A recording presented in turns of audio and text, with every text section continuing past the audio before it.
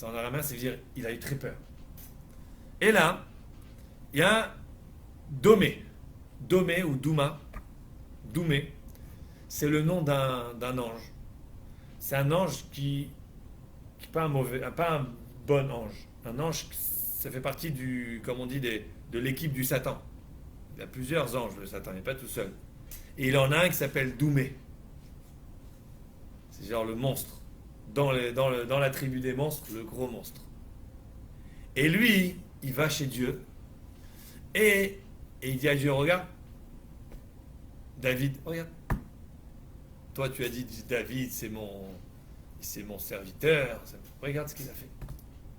Et Dieu, qu'est-ce qu'il lui dit? Et plus que ça, pire que ça. Doumé, il dit, alors qu'est-ce que tu vas lui faire? Il provoque, c'est ça son rôle. C'est Dieu, il a créé. Doumé, c'est un ange méchant. C'est un Satan. Il vient pour trouver les erreurs des gens et accuser. C'est terrible. C'est comme tu achètes un jeu électronique et tu as des monstres et tu l'as tué. Moi je dis, mais attends, au lieu de te casser la tête, je vais acheter un jeu où il n'y a pas de monstres, où je suis tout seul. C'est bien, non? C'est mieux. Qu'est-ce que tu achètes un jeu avec des monstres, tu passes ton temps à les tuer et à perdre? Moi je veux gagner toujours.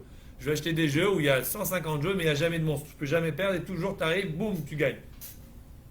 Doumé, c'est là, c'est le monstre qui arrive et boum, il tape, il tape. Et dans le Zohar, il y a 3 pages, voilà, 3 pages, qui relatent une discussion entre Dieu et Doumé.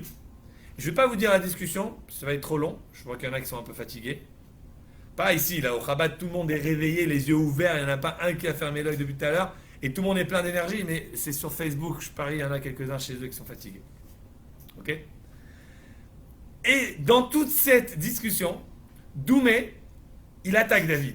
Il dit, oui, mais David, il a fauté. Dieu lui dit, mais non. Uriah, il avait donné un get, un divorce. He was already divorced.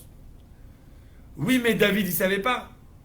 Ben non, mais David, il sait parce que tous les gens qui vont en guerre, ils donnent des guettes. Oui, mais peut-être que David, il n'a pas attendu 3 mois. Parce que vous savez que quand quelqu'un, il marie une femme qui était déjà mariée, il doit attendre 3 mois. Pourquoi? Parce que ça prend 3 mois, en tout cas à l'époque. Ils n'avaient pas les tests de pregnancy test à $1 de l'instant. Il n'y avait pas ça. Ils devaient attendre 3 mois, tu es sûr qu'elle n'est pas enceinte. Ok? Et c'est grave, si un mari marie une femme qui est enceinte, même si son mari il est mort et tout, ça ne marche pas. Dans la Torah, c'est interdit. Si elle est enceinte, il faut que tu attendes qu'elle a coulé pour la marier. Ok? Donc tu dois attendre 3 mois.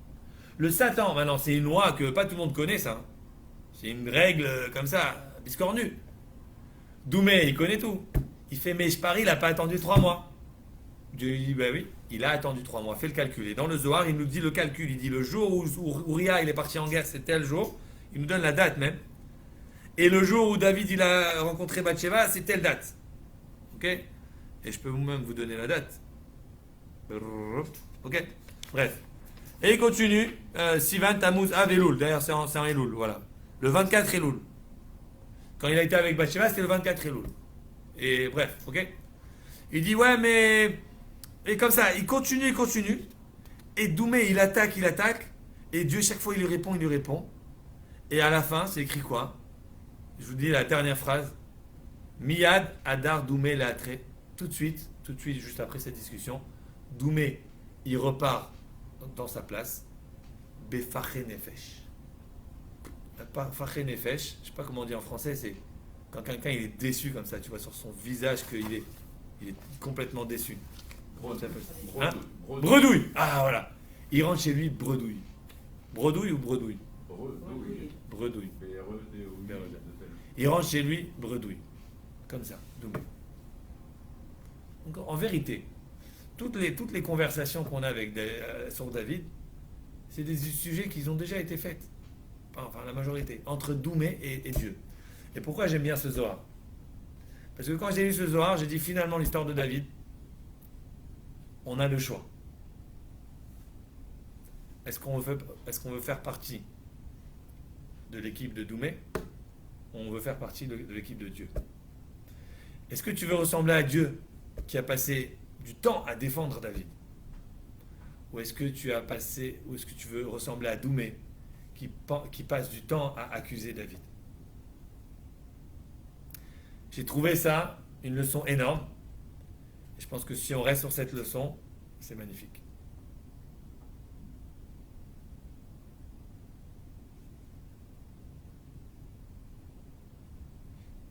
Alors, merci à vous tous. Merci d'avoir suivi ce magnifique cours. Et voilà, il y aurait beaucoup encore qu'on pourrait expliquer sur ce sujet, je vous dis la vérité. J'ai vraiment sélectionné pour avoir en tout cas un bon passage, une belle découverte de cette histoire.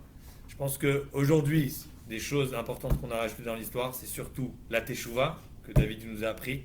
C'est maintenant le mois de Teshuvah, et c'est le moment de faire Teshuvah. Personne ne peut dire, moi je ne peux pas faire Teshuvah, parce que justement c'est ça que David vient nous apprendre. Et aussi, on apprend que dans la vie, on est toujours capable de choisir son camp. Et assurons-nous de choisir le bon camp. On aura toujours raison, on aura toujours quelqu'un avec nous. Mais à nous de choisir notre camp. Chers amis, bonsoir.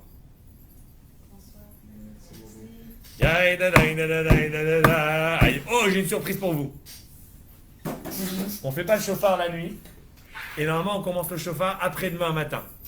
Mais je vais quand même faire un petit coup de chauffard, juste pour qu'on se mette un peu dans l'ambiance. Vous permettez? Ok, je le fais même assis, parce que si c'était une mitzvah, là, j'aurais fait debout. Au moins, on est sûr que... Comme ça.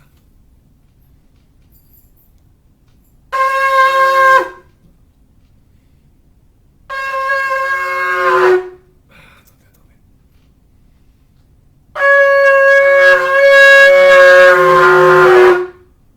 Moyen. Dernier essai.